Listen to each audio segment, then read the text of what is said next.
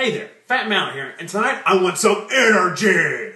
I'm going to be trying the new Mountain Dew KICKSTART energy drinks. These things are sort of marketed as an early morning substitute to coffee. I actually have both flavors here, both the orange, citrus, and the fruit punch. And I feel like I'm the only person that remembers the last time Mountain Dew tried to launch an energy drink. It was the Amped energy drink in the early 2000s. At the time, to be honest with you, it was the only energy drink I could actually drink. So I'm interested to see how these are. Let's open them up and see how they taste. The first flavor I tried was the orange citrus flavor. To start off with, I was kind of surprised at the color. It came out yellow, which I guess makes sense because it's all types of citrus. But based on the can, I thought it would be orange, but that's my mistake.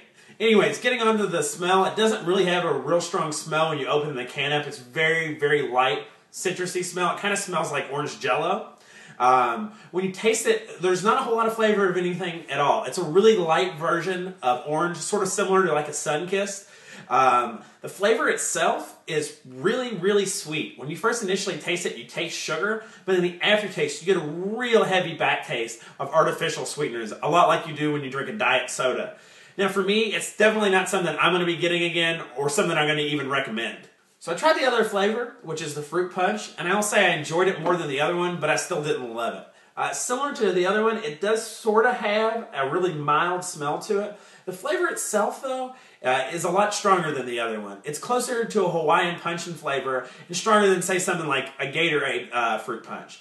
Something that's kind of odd for me is that it's actually carbonated, which I'm not used to for my fruit punch. I'm used to something that's a little bit more flat. My complaint with it is the same one I have with the other one. It's too sweet. It tastes like sugar and artificial sweeteners, and it's just too strong on the tongue.